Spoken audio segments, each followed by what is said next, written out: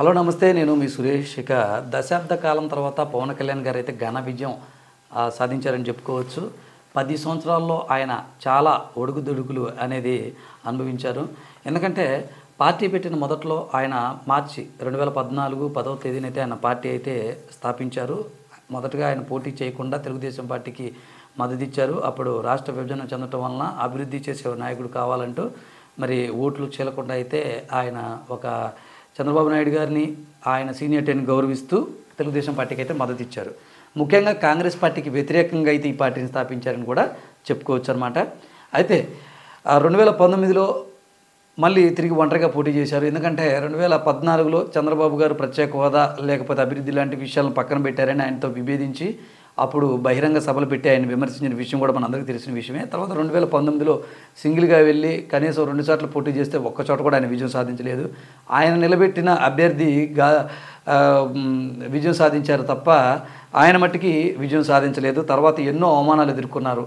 3 పెళ్ళిళ్ళని, అలాగే part time politician అని, cinema హీరోలు సినిమాల్లోనే కానీ రాజకీయాల్లో పనికిరారంటూ కానీ, ఇంకా వ్యక్తిగతంగా కూడా ఆయన పైన ఎన్నో దోషణలు వైఎస్ఆర్ కాంగ్రెస్ పార్టీ చేసింది. ఇవన్నీ కూడా తట్టుకొని నిలబడ్డారు ఆయన.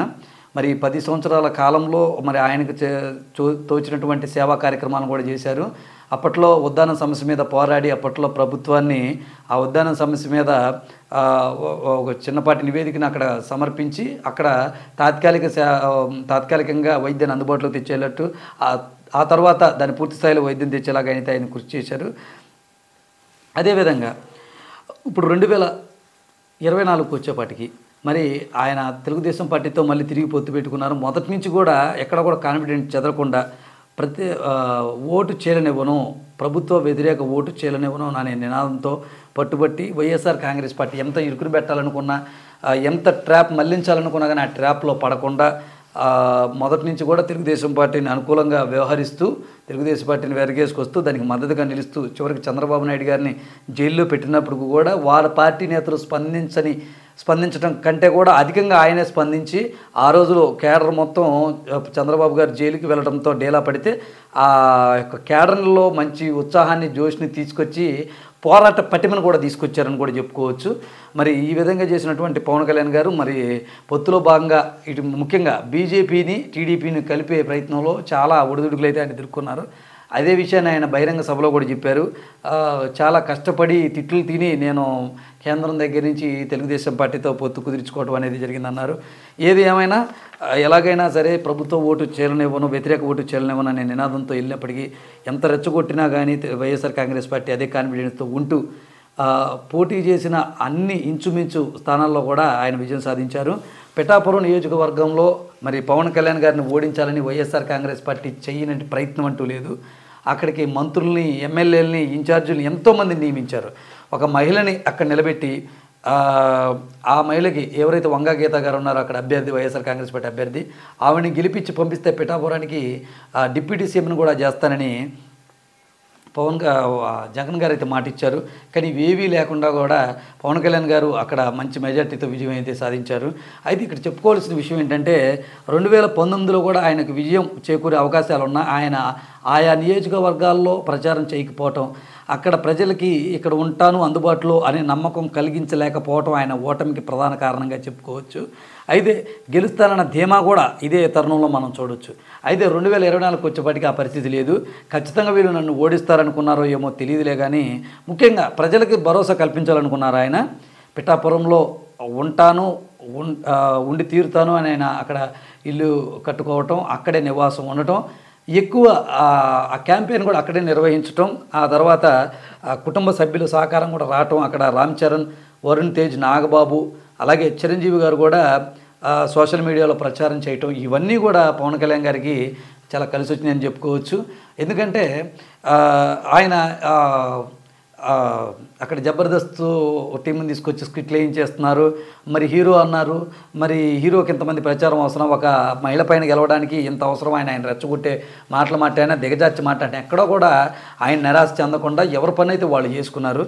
చివరికి తాను గెలవడంతో పాటు 20 మంది పైగా అయితే గెలిపించారు. 2 ఎంపీ స్థానాలు కూడా ఆయన సొంతం చేసుకున్నారు. అదే ఎక్కడ నెగ్గాలో కాదు ఎక్కడ తగ్గాలో తెలిసిన వాళ్ళు గొప్పదని ఆయన సినిమాలో డైలాగు కూడా దానికి సార్థం చేసుకోవచ్చు. ఈ రాజకీయ క్షేత్రంలో గతంలో ఇటు సినిమా వాళ్ళు కావచ్చు, లేకపోతే చాలామంది ప్రముఖులు కూడా రాజకీయ పార్టీలు పెట్టి కనుమరుగైపోయాయి. ముఖ్యంగా హరికృష్ణ గారు కూడా మరి ఎన్టీఆర్ పేరుతో ఒక పార్టీని పెట్టారు. అలాగే లక్ష్మీ పార్వతి గారు కూడా పెట్టారు. అలాగే షర్మిల గారు కూడా తెలంగాణ వైఎస్ఆర్ కాంగ్రెస్ పార్టీ అని చెప్పేసి అక్కడ పెట్టారు. ఆమె కూడా విలీనం చేసేసింది కాంగ్రెస్లో. అలాగే ప్రజారాజ్యం పార్టీ చిరంజీవి గారు పెట్టారు 2008 ఆ ప్రాంతంలో. ఆయన కూడా కాంగ్రెస్లో విలీనం చేసిన పరిస్థితి. పార్టీ జయప్రకాష్ నారాయణ వీళ్ళందరూ కూడా పార్టీలు పెట్టారు. కానీ ఏది స్థాయిలో కొంత గెలిచినప్పటికీ కొన్ని కారణాల వల్ల వాళ్ళు పార్టీలు అయితే కనుమరుగైపోయాయి.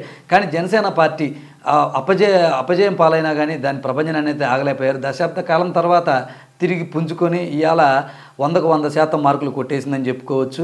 ఇవాళ కింగ్ మేకర్గా పవన్ కళ్యాణ్ అయితే ఉన్నారు. ఒక ప్రభుత్వాన్ని ఏర్పాటు చేయడంలో కీలక పాత్ర అనేది ఆయనదే ఉంది. దీనికి తోడు కేంద్రం సపోర్ట్ కూడా ఆయనకు ఉంది. కేంద్రంలో కూడా మంత్రి పదవి వచ్చే అవకాశాలు ఉన్నాయని చెప్తున్నారు. ఏది ఏమైనా అదే అంటారు, రాజకీయాల్లో ఎక్కువ ఓర్పు అనేది అవసరం. దాన్ని పవన్ కళ్యాణ్ గారు ఎక్కువగా ఓర్పు పట్టారని, పరిమితికి మించి ఎక్కువ ఓర్పు పట్టారని చెప్పుకోవచ్చు. ఎందుకంటే ఎన్నో అవమానాలు ఎదురైనప్పటికీ కూడా ఆయన ఈ విజయాన్ని అయితే ఆయన కాగితంలో వేసుకున్నారు. ఇంకా భవిష్యత్తులో ఇంకా ముఖ్యమంత్రికి ఆయనకి ఎటువంటి కొదువు ఉండదు. భవిష్యత్తులో ప్రతిపక్ష లీడర్ అవ్వచ్చు, లేదా ముఖ్యమంత్రి ఆయన అవ్వచ్చు.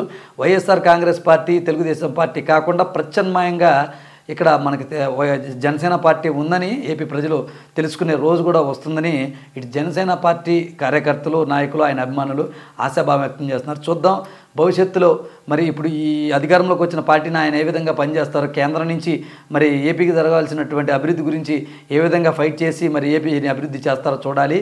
ఈ అభివృద్ధి చేసే విషయంలో కీలక పాత్ర కనుక పవన్ కళ్యాణ్ గారు పోషిస్తే భవిష్యత్తులో ఆ పార్టీ అధికారంలోకి వస్తుందని చెప్పేసి ప్రజలు విశ్వసిస్తున్నారు.